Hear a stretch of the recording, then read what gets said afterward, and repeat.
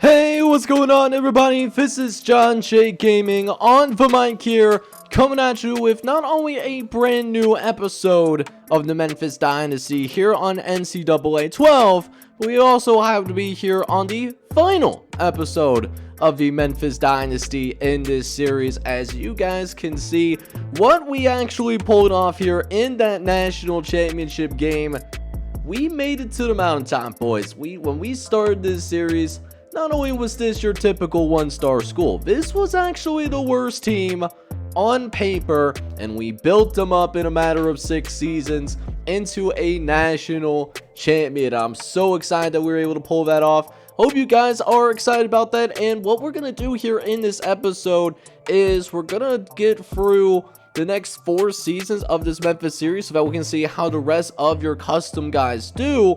And what we're gonna see is, can we maintain that level of success, or are we going to see a situation where we're going to end up falling off here to end this series? But hey, no matter what happens, nobody can take away that national championship. That is for ours, but can't wait to see what we end up doing here in the final 4 seasons here with this squad. So if you're excited for that as well as we wrap things up here with this series, make sure you go ahead, smack that like button for me, hit that subscribe button for me brand new, as you have to be brand new, as this is not the only series that I have on this channel. If you enjoyed this series, make sure you check out the other series I have ongoing, and let's go ahead and dive right into it. So we start this off with getting some confirmation on at least one school record. Tommy Wyatt, our kicker slash punter, he sets an individual season record at the NCAA record level for most field goals in a single season. It was actually set in 2003 by whoever was the Georgia kicker, who ended up kicking 31 field goals. This guy kicked 35 field goals for us over the course of the season. That's nearly 3 field goals a game, and more importantly, he contributed to more than 100 points throughout the season, and that's not even accounting for extra points.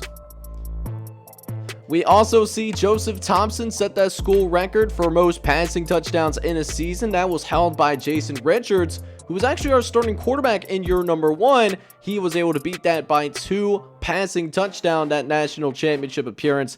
That certainly does help in that regard. As for other NCAA leaders, I did want to see if we had any NCAA leaders real fast, and it looks like we might actually not have any, at least not on the offensive side of the ball. We did not have a single 1,000-yard receiver, but Grant Copeland actually led a team with solo tackles this season. He ended up with 48 solo tackles over the course of the season, and that was good for 5th in the NCAA. We also saw Leonidas Mitchell be our leading sack guy. He ended up with 8.5 sacks over the course of the year. That's good to be in the top 10 in the NCAA. And then Eddie Coolbeans, he actually led the team in interceptions this season. He ended up with 4 interceptions, so a pretty good year from that perspective. But now I want to see if Tommy Wyatt actually does end up leading the team in field goals. It was so close. He was so close to being an NCAA leader. There was a field goal against SMU. Not SMU, it was against Navy. It was the last regular season game. If he would have hit that last field goal in the last couple of minutes of the game, thankfully it didn't hurt us, but if he were to make that field goal, I think he would have been number 1. But number 5 is definitely very much respectable, though. I gotta give credit where credit is due.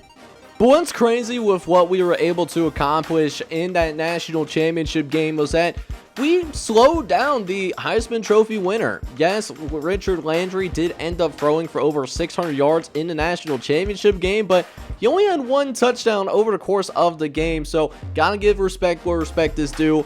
We held him down long enough in order for us to pull off an incredible upset, because when we go ahead and check out this All-American list, there was quite a few All-Americans that Clemson did end up having. You know, not only for Richard Landry, but they did also have guys like Denny Harris. He was a top receiver for Clemson. Their tight end, A.J. Davis, he actually won a couple of awards himself, and he was a problem for our defense. We did have at least 1 All-American ourselves, though. T.J. Cannon did end up getting named first team All-American in his final season, and he actually had 8.5 sacks as well, so he had a really good season. That put him about tied with Leonidas Mitchell as well.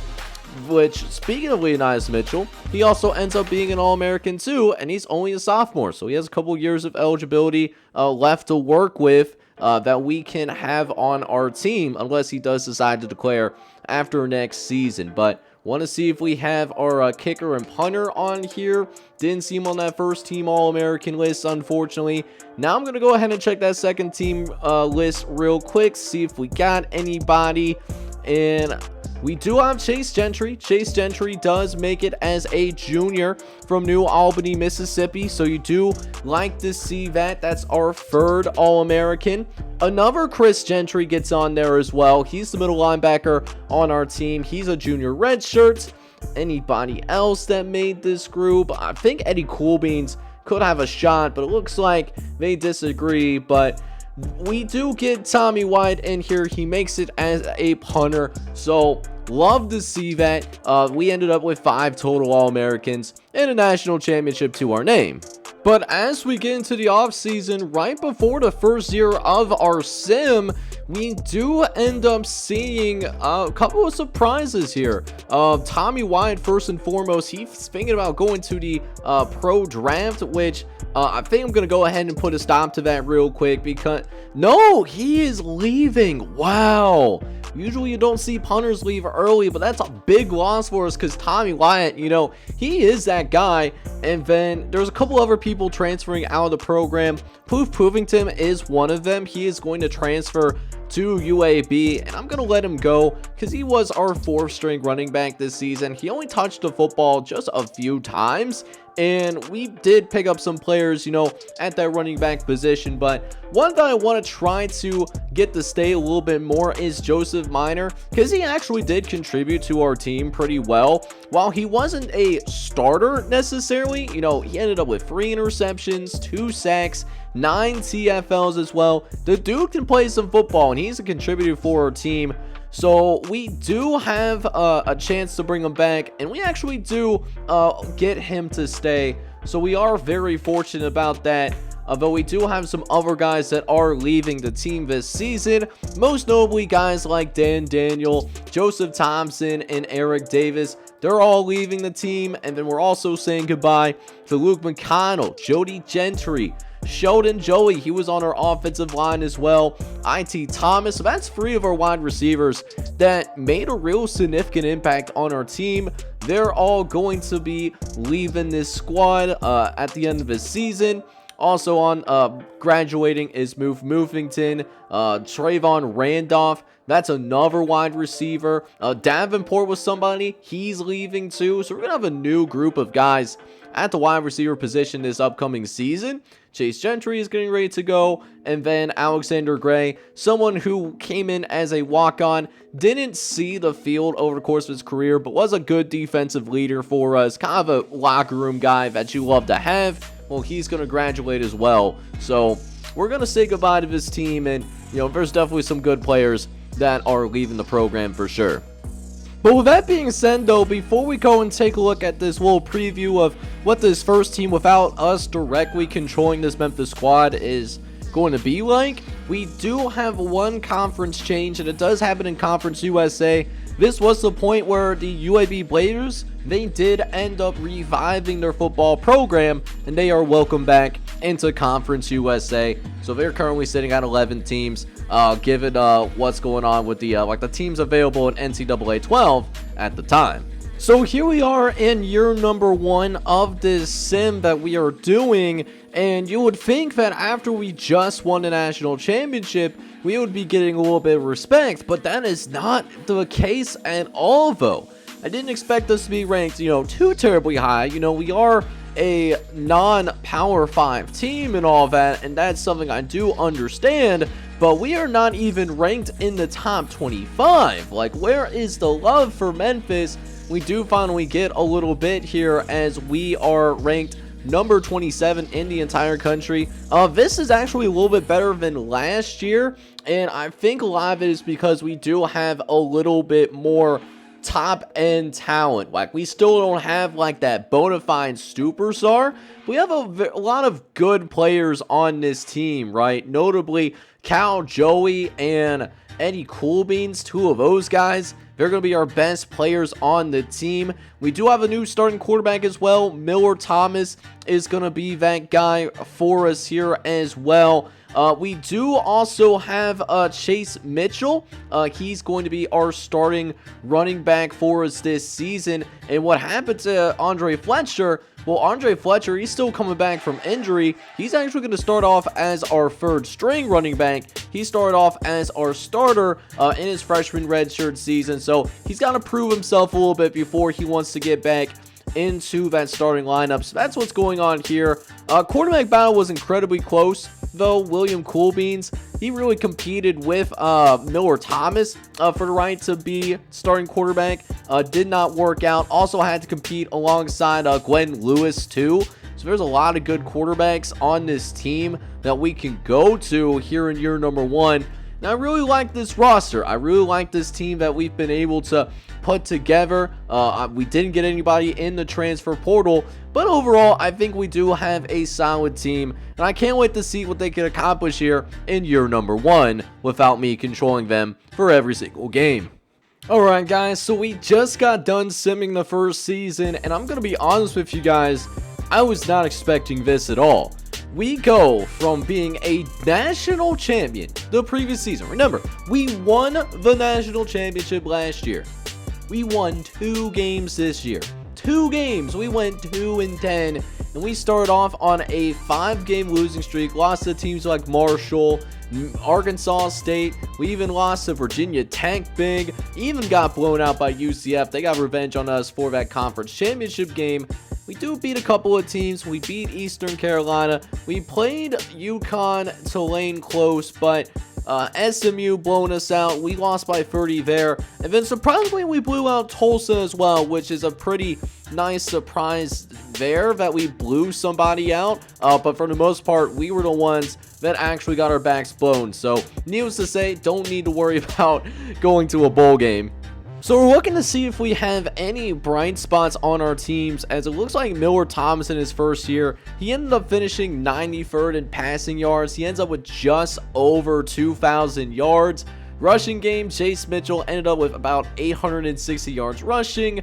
Receivers, our leading receiver was actually Bill Billiam. That was somebody that barely saw the field for us when we were controlling the team. He actually leads the team in receiving yards with just over 600 yards. What else do we see? Meyer ends up with 35 solo tackles. Now that's a guy that I haven't necessarily really seen all that much, but Caleb Meyer, he was on this team as well. He was stuck behind some talented players, but gets his shot for the first time, and he did all right. 4 sacks, 2 interceptions, also forced a couple of fumbles, but it's really hard to be ecstatic about this team when again, you win 2 games all season long, so that's a really tough pill to swallow.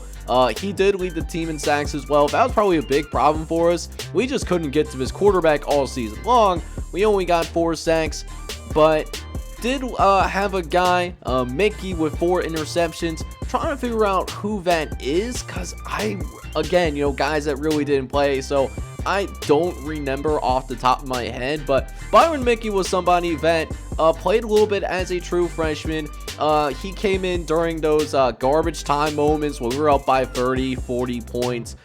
He played a little bit more of his season, got a sack, 4 interceptions, does have a defensive touchdown, so we certainly have something in Brian Mickey, but clearly either the NCAA gods, they are not on our side whatsoever, or something that could also be happening as well is that we had a lot of injuries on this team, and it happens sometimes. So we'll keep it moving. We'll go ahead and jump to the offseason real quick to see if we have any notable players that are happen to be leaving the program.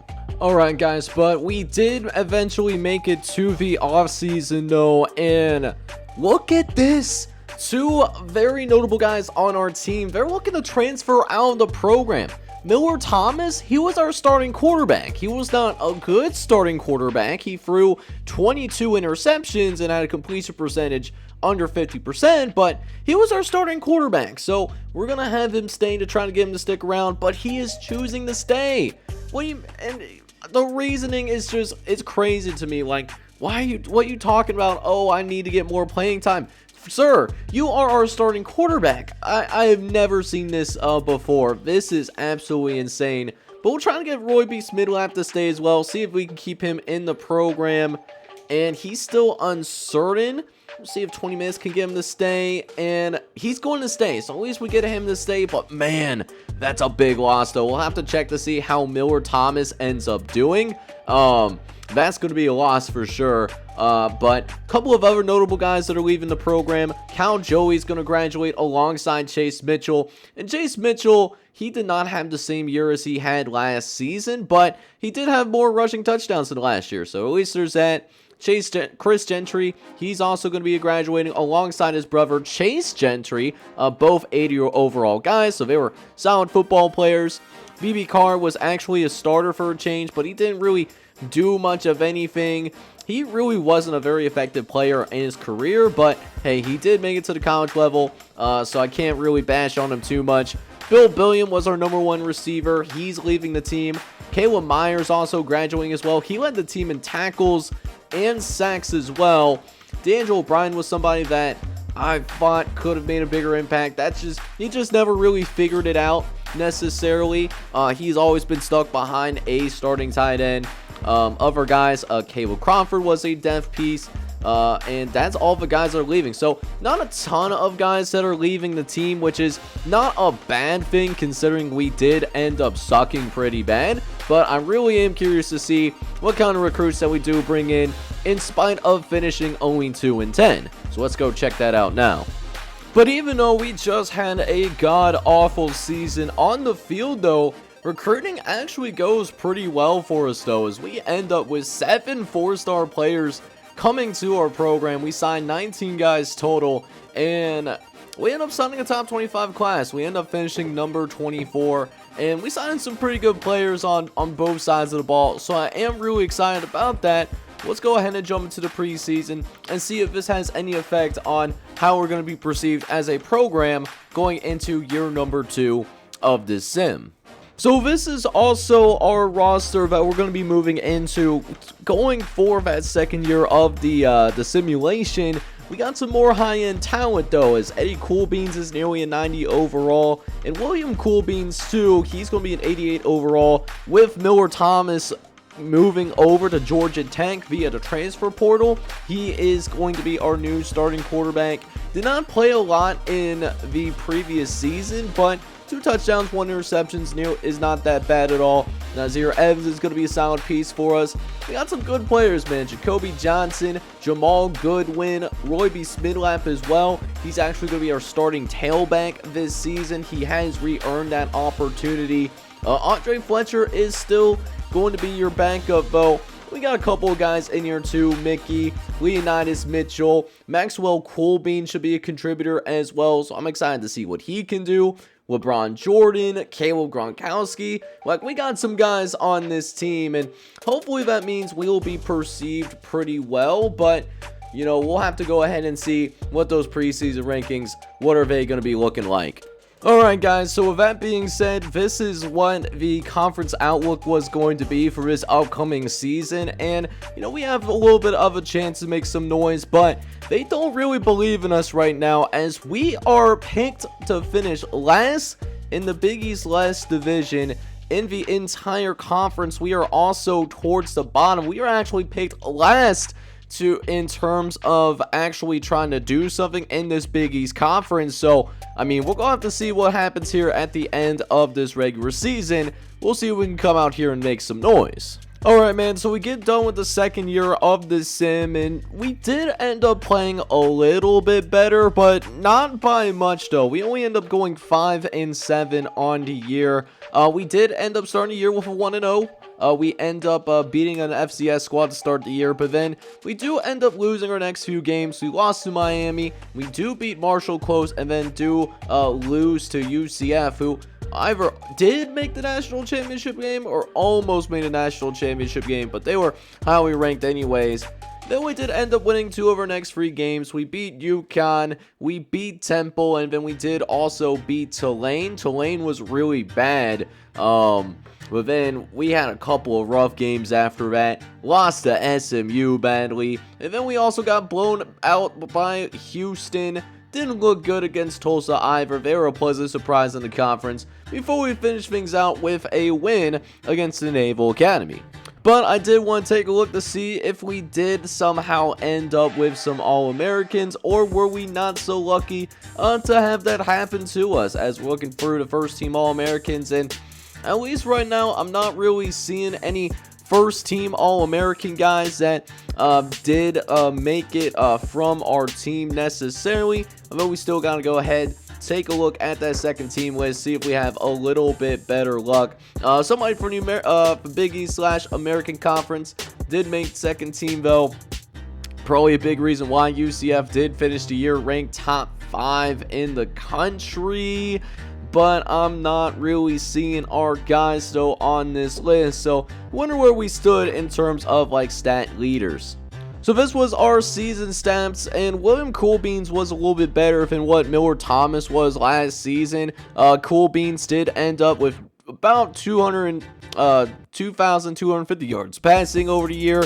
He was an okay quarterback, but didn't exactly light the world on fire by any means. Smidlap was a bright spot for us, so he was top 40 in the country in terms of rushing yards. He did end up with over 1,000 yards rushing on the season. Receiving wise, Alexander, he ends up with 900 receiving yards. This was somebody that we did really highlight. But LJ Alexander really stepped up this game this year. He ended up with 6 touchdown grabs as well. Jacoby Johnson had a good senior year as well. He had 600 yards and 5 touchdowns, and that was a career year for him. That was a best for both touchdown grabs and receptions and yards. So he was able to put it together to some degree in that senior year of his. But honestly, was a little bit disappointing to see him really not put it all together till his senior year because he was a 4-star guy. Tackling, Nazir Evans was okay, 32 solo tackles. That did lead our group. That's another 4-star guy that did play his all 4 years as a starter. Then we have Billy Bomberson. He led the team in sacks this year. He ended up with 4.5 sacks. Eddie Cool Beans, he was our best player on the team. He had 5 interceptions this season. He was definitely our best player. He was our 89 overall kind of guy. And now I want to check real quick to see how good our kicker was. And it looks like Gabriel, he had a field goal from long of 43 yards. And that puts him about middle of the pack here in the FBS level. But we do see some more guys either leaving our program one way or another. And we do have a couple of surprises here. Roy B. Smidlap, he is actually going to try to leave the program early so that he can pursue an NFL dream. I want to try to keep him personally because he is certified him. And actually, he might actually try to stay. And no, he's actually not. So we're going to lose our starting running back this offseason. Marcus Long is somebody that we also recruited as well. He was somebody that we picked up in year number 6 when we were making our national championship run. He did end up redshirting. This was someone that didn't really touch the field, to be honest with you guys. This was not a very strong player, to say the least. We're going to try to get him to stay, and actually he does. It only took him 10 minutes to convince him to stay, so that was cool to see. He just wanted to see somebody care about him, but we're losing some key guys, so I'll tell you what. Most notably, we're saying goodbye to Eddie Cool Beans. He's the best player on our squad, led the team in interceptions. Dude was a player, man. Dude was an absolute player for our team, had 13 career interceptions, and dude knows how to play the game of football. Nazir Evans, he was a 4-year starter. He's also going to graduate from the team at this point as well. Wasn't a superstar kind of player like I was hoping for, but he was a solid player. Just kind of disappointed me a little bit. Jacoby Johnson, who we talked about earlier, he ends up leaving the team. He's going to graduate. Jamal Goodwin's graduating as well. Our starting fullback, Didn't touch the ball very often, but he made his mark in the receiving game. He made that presence felt. 5 career touchdowns for a fullback. That really isn't something to scoff at all. Other guys we include LJ Alexander, Rod Robinson, Leonidas Mitchell, LeBron Jordan, really a cast of guys that, didn't get a ton of playing time in the series, but, were some good depth pieces and really made sure that our team stayed afloat if we did end up with any long-term injuries. But because of 2 straight years on the field where we couldn't really deliver results, not only do we end up back as a 2-star program once again, but we end up signing a very below average recruiting class. We only signed the 85th best class in the entire nation. We do end up signing 10 free stars, so I guess that's not bad, but when half of your players are either 2 or 1-star players even, it's not a good look for our football team. We did invest heavily in the trenches though, and in the front 7. Most of our guys were in the front 7. Most we invested on the defensive side of the football, but offensively, we did not get very many people that could contribute to our team. But this upcoming season for us is going to be really big in terms of our job security. We have really had a massive letdown in terms of what we have been able to do with the last time that we signed this contract. We signed this contract extension after we won a national championship in the previous episode, and there are just honestly a lot of goals that we missed out on. Definitely has been a massive letdown for our team. It looks like we are not only going to need to have the season of a lifetime, but we're also, we need a little bit of lady luck on our side because we only have 10% job security. Unless we have a phenomenal season, we might be getting out the door and getting fired a little bit earlier than expected in this video. But we will at least have the benefit of having a star quarterback on our football team, though, because William Coolbeans, he does work himself up to a 92 overall. He's going to be the best player on this team. He did start for us last year, but Andre Fletcher does regain that starting running back job. He was our starting tailback in year number 6 of this series, and he was fine, but he wasn't great by any means. This is going to be really his moment to shine at this point of his college career. He could be running for 1,000 yards. Also can see guys like Maxwell Coolbeans really make a name for himself as well, alongside guys like Byron Mickey. Kyle Tyler's going to be an interesting backup for us down the line, and of course Billy Boberson and Montavious Jones, a couple of custom recruit hangovers in terms of trying to bring that national championship back here to Memphis.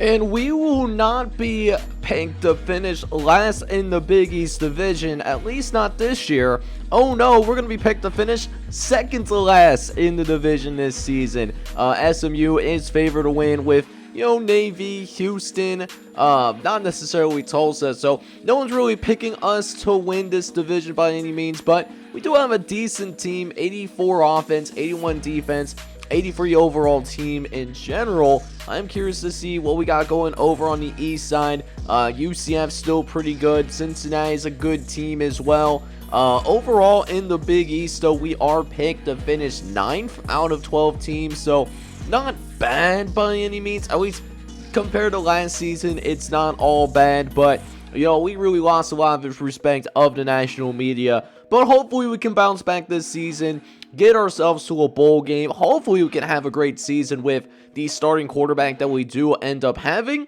But the only way to find out, though, is if we simulate to the end of the season, third year of the sim, and let's see if we actually make a bowl game, get back into that bowl season material. Alright guys, so another season is in the books, and it looks like for the 3rd straight season, we are not going to go to a bowl game, but our season turned out in a little bit different of a way.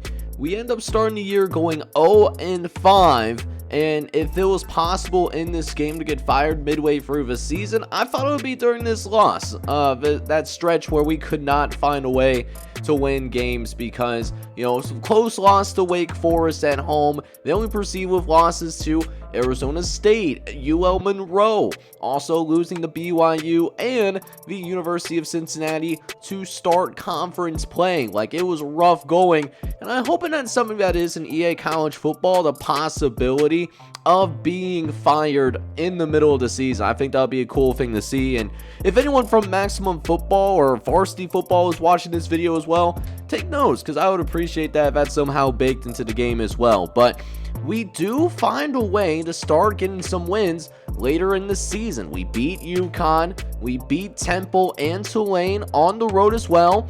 Then we lose to SMU. That puts us to 3-6 before we win 2 more games against Houston and the University of Tulsa. So if we won this final game, that would have put us into a bowl game, but unfortunately, home game against Navy, we could not find a way to pull it off. We lose 30-20, and once again, we find ourselves not going bowling, and our job might be in some serious danger. But before we go and see if that actually was the case or not, William Coolbeans did not have, he kind of took a step back. He only threw for 1,500 yards the entire season, and I wanted to see if it was a case where maybe somebody got hurt, but that really didn't happen though. We didn't really see that. Just straight up, William Coolbeans just, he wasn't very aggressive in terms of getting the ball down the field. He only threw the ball 200 times, did have a better completion percentage, better turnover interception ratio, but kind of expected a little bit better, to be honest with you guys. So definitely was a little bit disappointed in that per se. Running game, Dexter Sanders, he had a great season for us, 1,200 yards on the ground.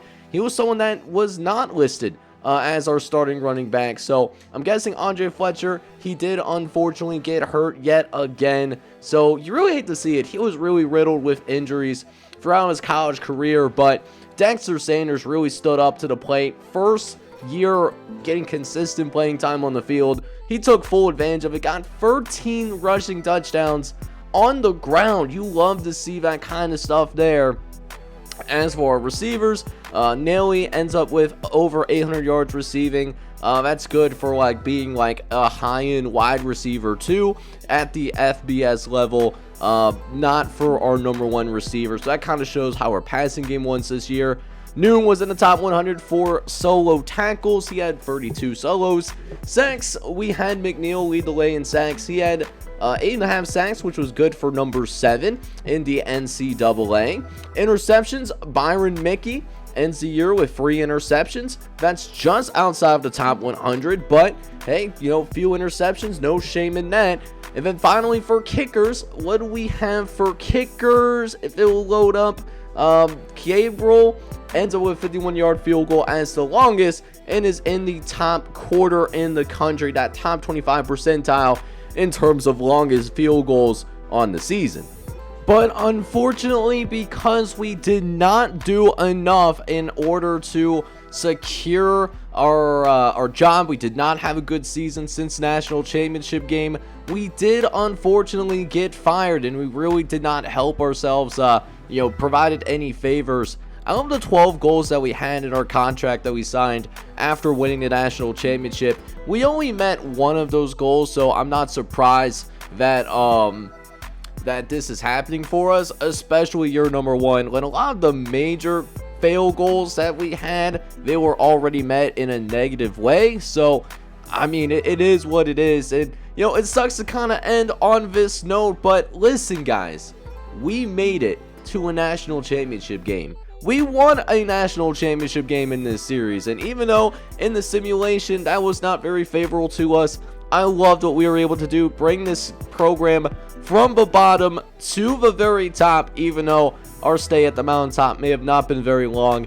I hope you guys did enjoy this series. This was really fun to do, and it was nice to dive back into a little bit older of an NCAA game.